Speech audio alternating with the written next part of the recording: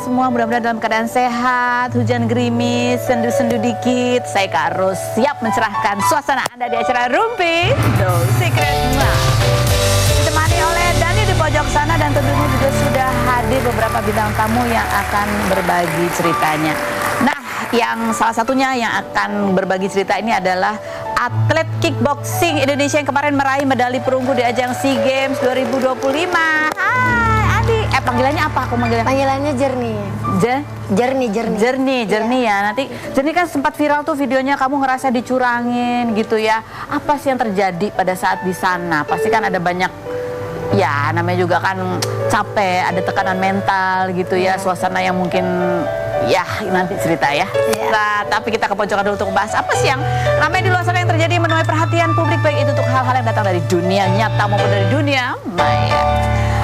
Dari dunia maya ini ya, karena keterangannya diambil dari Instagram masing-masing. Kemarin sih sebetulnya ya Della Puspita itu memberikan keterangan melalui Instagramnya bahwa dia membenarkan kabar bahwa dia memang sudah digugat cerai oleh suaminya Arman Wosi itu. Terus dia di situ juga menjelaskan bahwa dia menerima, dia nggak melawan, dia nggak menolak. Terus kayaknya dia terima aja dan dia istilahnya kayak ya udah jangan maju mundur. Dia pokoknya ya udah kalau mau gugat aja gitu kan. Beberapa jam kemudian, kalau nggak salah 3 jam 4 jam kemudian giliran Arman Wosinya yang bikin keterangan melalui Instagramnya. Tapi kayaknya dia memberikan keterangannya bahwa dia sudah menarik gugatannya, ya kan? Ini ada berita juga tadi nih ya. Tadi kuasa hukumnya Arman Wosi kan diwawancara wartawan. Aku pikir tuh baru daftar doang gitu ya. Ternyata udah pengacaranya kemarin kasih keterangan, kasih keterangan bahwa itu sudah sidang kedua. Coba kita lihat dulu cuplikan keterangan Della Puspita berikut.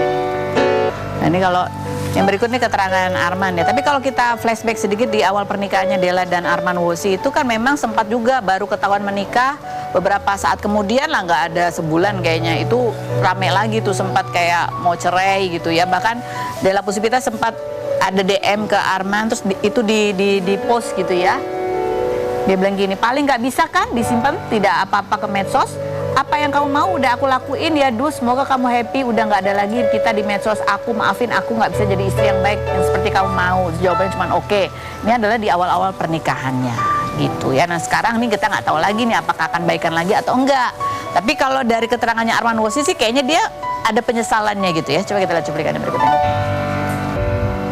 Terus tadi ya diposting, akhirnya dia udah bisa kayaknya ketemu sama istrinya, udah bisa sarapan bareng. Coba ada postingan fotonya gini ya. Dari jam 1 kemarin belum mau makan, alhamdulillah akhirnya makan juga gitu. Tapi mukanya gitu, kesel ya. Kalau Della Puspita sendiri ada postingan juga, dia bilang apapun yang dipost tetap secara agama sudah talak 3 dan berkali-kali gitu katanya dia. Iya. Kita flashback lah, kita pernah wawancarai pasangan ini dan juga pernah wawancara Della Puspita juga bagaimana sih pandangan dia terhadap suaminya gitu ya. Dia sempat cerita tuh Della dan Arman gitu, flashback pas awal-awal nikah itu yang sempat baru ketahuan nikah tiba-tiba mau cerai. Dia bilang mereka tuh kalau berantem gitu, marah-marah, lewat WhatsApp terus diblok, ya kan? Terus buka bloknya, marah-marah lagi gitu. Seperti apa coba kita lihat. Man, selama nikah 2 tahun ini, apakah masih sering menghadapi kelabilannya Mbak Della gitu? Sering. Biasanya di awal-awal menikah tuh kan sempat gitu ya, berantem ada DM lebay gitu kan, ya. Jejak digital Bu, paling nggak sengaja.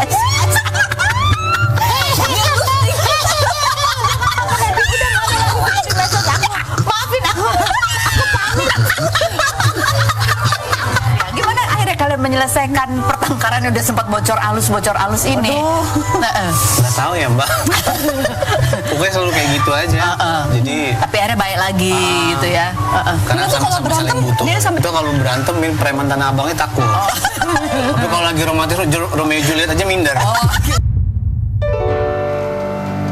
Ini berantemnya naik level ya. Abis marah-marah ngeblok. Kalau ini oh iya, kapan gugat cerainya? Iya yang awal itu kan, itu tadi aku udah ceritain. Ini kayak sekarang naik levelnya gitu ya, gugat. Abis itu tarik gugatan. Mungkin kalau udah tarik gugatan bisa bayar denda bisa, tapi luka yang sudah tertoreh itu belum tentu bisa ditarik. Celah. Coba kita lihat komentar netizen. Bunyinya adalah, Mbak Della, anak-anak udah pada besar, ikutin anak aja Mbak, tinggal nunggu cucu aja di masa tua kita, nggak usah nikah lagi Mbak, mending sama anak-anak aja, katanya gitu. Di like sama Della. Iya, oh di like sama Della. Ya kalau ada yang cocok kenapa enggak? Yang berikut.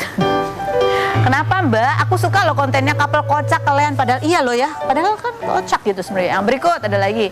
Laki-laki kalau bahasanya suka bicara talak, sedikit talak, haram buat kita juga mau jadi pasangannya lagi. Karena kalau sudah talak laki-laki, dia nggak boleh lagi menyentuh. Lagi kalau udah 3 kali tuh disebut. Yang berikut. Amit-amit, laki-laki dikit-dikit talak. Lagi berikutnya. Ini di like ya, di like semuanya sama ini. Ini kita tampilkan yang di like sama Della ya. Relakan aja Mbak, kesehatan mental lebih utama daripada mempertahankan. Ada lagi komennya. Oh, kalau ini adalah komen di Instagramnya Arman Wosi ya, suaminya Della ya. Pak, punten, bukan mau menggurui, tapi sebagai perempuan juga sedih kalau pasangan mudah mengatakan talak. Karena saya suka Kak Della berpasangan dengan Bapak. Tolong jangan pernah semarah-marahnya dengan istri, ucap kata-kata yang tidak pantas. Bila marah nggak keterlaluan, tolong istri diajarin yang baik sesuai syariat. Tahan emosi karena Bapak kan imam. Jadi contoh untuk anak istri, nanti istri jadi kena mental dan trauma. Buat kejadian ini sebagai momentum memperbaiki rumah tangga. Sama-sama introspeksi, sebaik-baiknya laki-laki adalah yang paling baik dengan keluarganya, terutama dengan istrinya. Jangan menyerah ya Pak gitu. Ya mudah-mudahan sih ya yang terbaik lah buat pasangan ini ya. Nanti kalau udah baik main kesini lagi ya. Baik, langsung saja kita menuju ke bintang tamu kita, ke Andi Jerni. Kita lihat dulu profilnya berikut ini. Kita bersama dengan Andi Jerni. Sudah berapa hari pulang ke Indonesia? Baru pulang tadi malam. Baru pulang, suaranya masih serak banget gini ya. Iya, masih serak banget suaranya. Coba kita lihat video yang diunggah oleh Jerni sesaat sesudah pertandingannya ya. Ini di babak semifinal ya waktu itu ya, kamu bikin videonya ya. Babak semifinal. Kita lihat yang berikut ini. Guys, perkenalkan saya Andi Misyara Jerni. Saya dari cabur kickboxing. Di sini ada beberapa poin yang ingin saya sampaikan dan kami membutuhkan pertolongan karena kemarin manajer kami sudah dideportasi sama Asia Confederation. Udah pertama saya sudah unggul 4-3. Di situ saya udah tenang, saya sudah berusaha untuk mencari jarak yang enak, main yang enak, tapi tiba-tiba di stop sama wasit dengan alasan saya harus fight, saya harus menyerang. Pada saat poin bersamaan, kita ambil poin bersamaan, poinku tidak naik sedangkan lawanku yang naik, jadi poinku stuck sedangkan lawanku poinnya naik. Saat wasit mengatakan stop, waktu tidak stop sama sekali guys. Waktu tidak stop sama sekali, sedangkan pada saat jari aku keluar dari glove, di stop guys. Aku heran sekali, ada apa ini? Pada saat lawanku berusaha untuk menendang, aku ngeblok guys, dan itu jelas sekali aku ngeblok, tapi diambil, dikasih poin kepada lawanku. Aku lihat papan skor, tiba-tiba skornya lawan aku naik ke 7. Padahal lawanku nggak pernah menendang badan, menendang kepala, tidak pernah menendang sama sekali. Jerni. Iya Kak. Kalau boleh diceritakan ya, apa sih suasananya pada saat kamu sampai harus merasa perlu mengunggah video itu tuh, apa yang kamu rasain pada saat itu? Jadi pada saat itu perasaan aku kayak campur aduk banget. Yang pertama aku tuh bingung banget karena posisi seperti itu harusnya ada manajer yang bisa bantu aku untuk protes. Tapi saat itu kan tidak ada. Terus aku jadi bingung banget. Pada saat itu tuh harusnya ada NOC juga. Tapi saat itu NOC juga nggak ada. Jadi aku bingung banget bagaimana caranya supaya aku tuh bisa protes. Jadi aku sampai langsung ambil HP, terus aku bilang, guys aku minta tolong banget, ini gimana caranya supaya aku itu bisa terselamatkan gitu. Itu pada saat sedang pertandingan? Itu setelah pertandingan, setelah turun dari pertandingan. Setelah turun dari pertandingan. Nah, kamu tadi biasanya yang bisa mengajukan protes itu selain manajer, apakah pelatih nggak bisa juga? Saat itu kita coba pelatih untuk protes, tapi katanya alasannya waktunya habis. Jadi kayak memang seperti ada sesuatu yang disengaja gitu, kok pada saat pelatih mau coba protes gak bisa gitu. Waktunya sudah habis, jadi aku bener-bener udah kalang kabut, udah stres banget, udah merasa kayak ini siapa yang bisa tolong aku di sini, siapa yang bisa bantuin aku gitu. Nggak ada sama sekali. Maka dari itu aku juga perasaannya udah emosional, aku marah juga karena kayak ini tuh semifinal ya. adalah momen krusial di mana kita bisa masuk ke final gitu kan. Peluang dapat medali emas. Peluang dapat medali emas, tapi kenapa nggak ada yang bantu gitu. Makanya aku langsung, nih guys, kalian lihat sekarang realitanya tuh kayak gini. Di cabur kickboxing itu nggak ada yang mendampingi. Oke. Ya seperti itu. Kamu ngomong gini nih kayaknya bukan kekesalan semata atau kecemasan semata karena sehari sebelumnya manajer kickboxing itu dideportasi. Di belakang-belakangnya pasti ada keresahan-keresahan, perjuangan-perjuangan menuju ke SEA Games ini pasti banyak tantangannya buat kamu. Banyak banget, benar-benar banyak banget. Makanya mungkin aku, kalau misalnya nih ya, aku kalah karena memang aku kesalahanku sendiri, nggak ada kejanggalan, aku pasti akan menerima kayak sebelumnya ikut World Games dan aku kalah karena memang keteledoranku sendiri, aku menerima. Karena aku juga punya rasa sportivitas gitu kan, aku punya rasa kayak ini memang kesalahanku jadi aku akan terima. Tapi kemarin itu benar-benar aku latihan itu hampir 1 tahun loh Kak. 1 tahun dan bahkan katanya pelatnasnya sempat dibubarkan karena Iya, jadi memang sempat dibubarkan dulu karena efisiensi budget. Ya, terus alhamdulillah setelah speak up juga waktu itu, akhirnya kami masuk lagi ke pelatnas. Dan itu memang saat momen pelatnas itu, aduh, campur aduk semua, berat banget. Berat. Makanya pas hasilnya. Yang berat apa? Latihannya atau semuanya? Semuanya. Apalagi selain latihan yang berat? Latihan berat, terus masalah-masalah yang datang ke pelatnas, drama-drama atlet, drama-drama pelatih, drama-drama kepengurusan itu kan juga berimpact ke kita ya. Itu kita ngerasa kayak aduh berat banget. Ada beban banyak selain tanggung jawab untuk meraih medali. Iya, gitu ya. makanya waktu itu jadi dorongan sekali kayak ini keterlaluan kalau kita nggak juara 1 SEA Games. Ini keterlaluan kalau kita nggak juara 1 SEA Games. Karena kita udah latihan, kita latihan 2 kali sehari, dan itu bener-bener latihannya tuh bukan latihan yang lembek-lembek gitu kan, namanya pelatnas ya. Kita latihan udah mengorbankan darah, mengorbankan keringat, waktu segala macam. Dan harus melewati berbagai drama itu gitu ya. Yes. Termasuk drama H-1 sebelum semifinalnya. Yes, betul. Ini ada video ya, beberapa momen yang sempat diceritakan tadi sama Jernih ya, momen-momen yang dimana dia ngerasa itu bisa dapat poin gitu ya. Ini harusnya dia sudah menangkis, harusnya lawan tidak mendapat poin. Kita lihat ada beberapa cuplikan yang berikut ini.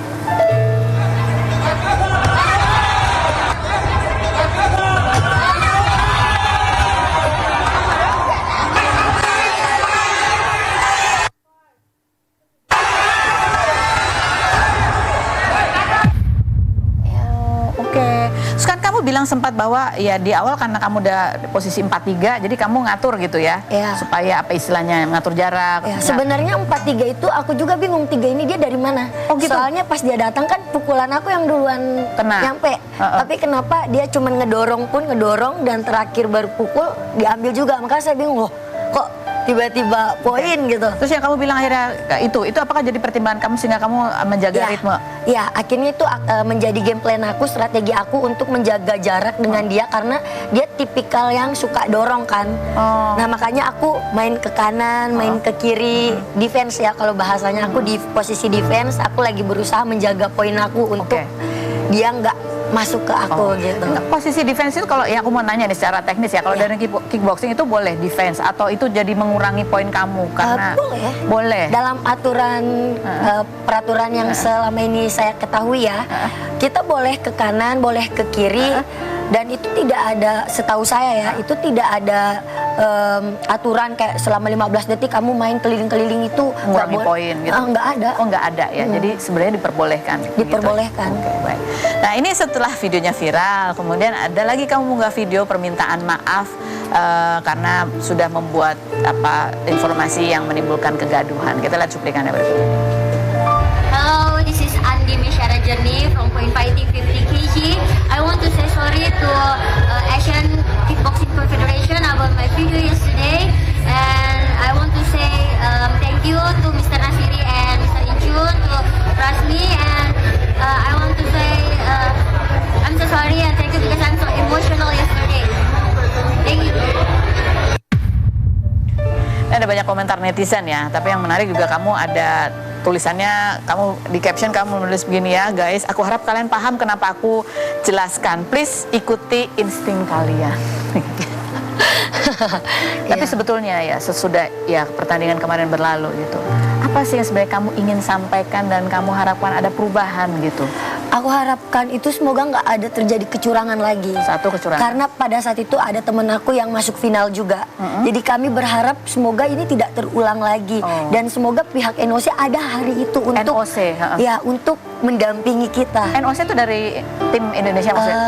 National Olympic Committee. Oh, komite. Jadi ini apa sih kayak pengawas? Iya, pengawasnya. Ya aku berharapnya tuh beliau ada di situ. Makanya kenapa aku unggah ini supaya tidak terjadi hal yang serupa di final nanti. Kayak gitu. Gitu. Dan menjadi kesadaran buat orang-orang gitu loh Kak, supaya nggak ada lagi lah kecurangan-kecurangan sportif gitu. Nah, ini perkara kemarin kan sempat ada kabar bahwa manajer tim kickboxing itu kan sempat dideportasi kan, karena memang ada masalah secara administratifnya, juga dia kedapatan datang mau nganter makanan katanya di pelatnas di hotel tempat kalian menginap. Pada saat itu kamu melihat kejadiannya kan?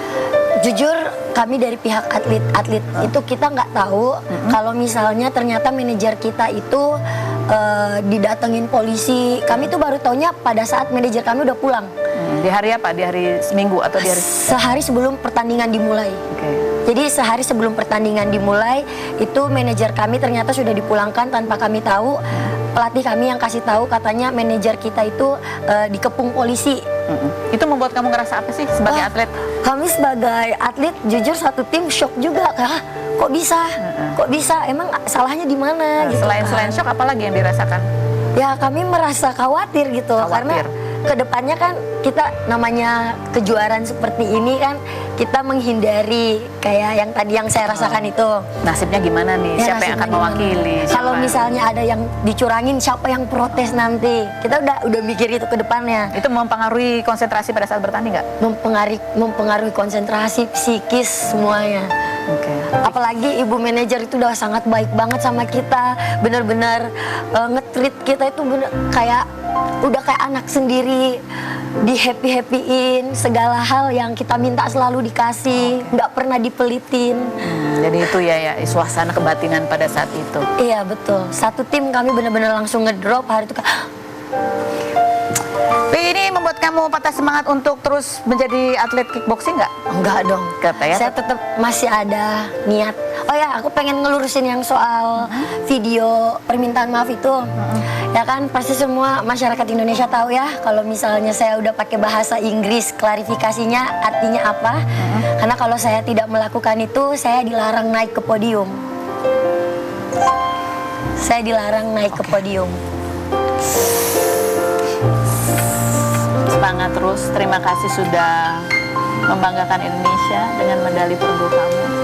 Sama-sama Kak. Apapun medalinya, perjuangan kamu itu mengharumkan nama bangsa dan membanggakan kita semua. Aduh, jadi terharu. Kasih tepuk tangan pemirsa.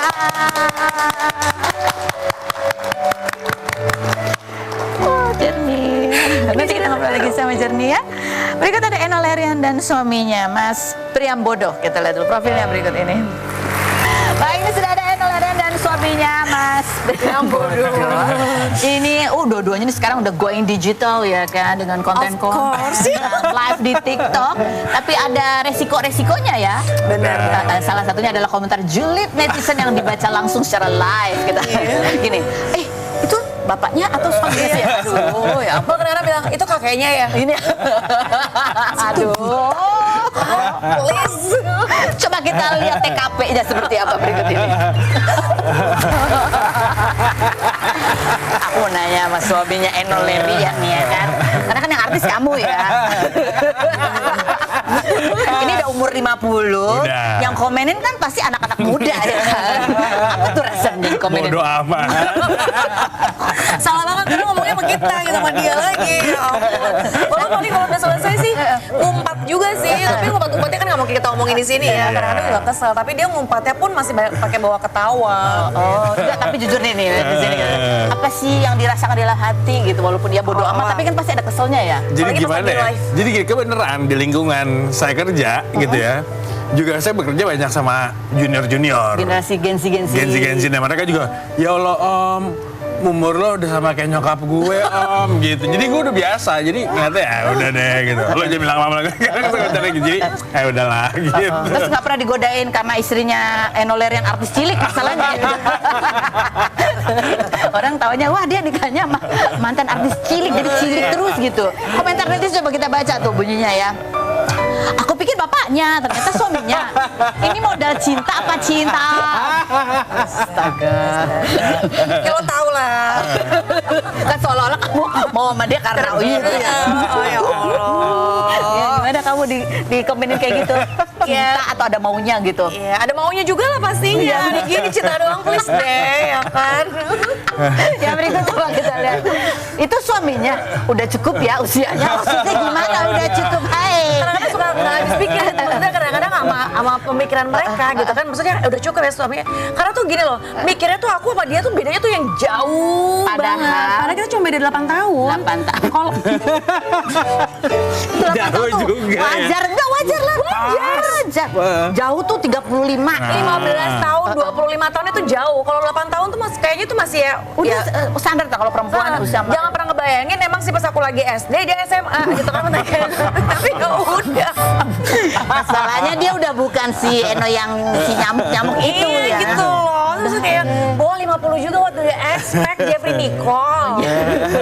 Aku terus ketemu dia juga lagi kayak Jeffrey Nicole gitu kan. Tapi ya di balik itu ada kesenangnya juga nggak sih bahwa kayaknya, di usia yang udah cukup nih. Bisa dapat Apa kamu bilang pemalu, pemuda masa lalu. Oh, pemuda masa lalu, pemuda senja ya. Bisa dapat istri yang dibilang kayak, awet muda banget gitu. Akhirnya ke sana, ya enggak naik positifnya gitu. Oh, berarti gue dapat brownies nih. Iya, brownies. Brondong disco. Ada hikmah baiknya ya. Nah, terus kita mau lihat juga nih ada satu komen juga yang di like sama Eno. Ya coba kita baca nih komen yang dia like ya. Lihat-lihatin aja sih. Suami pertamanya agak mudaan, tapi nggak bisa ngayomi. Buat apaan di like loh sama dia? Harus ya dikasih. Yang mudaan. Berarti yang tuaan bisa apa nih? Selain berketujuan kepada Allah.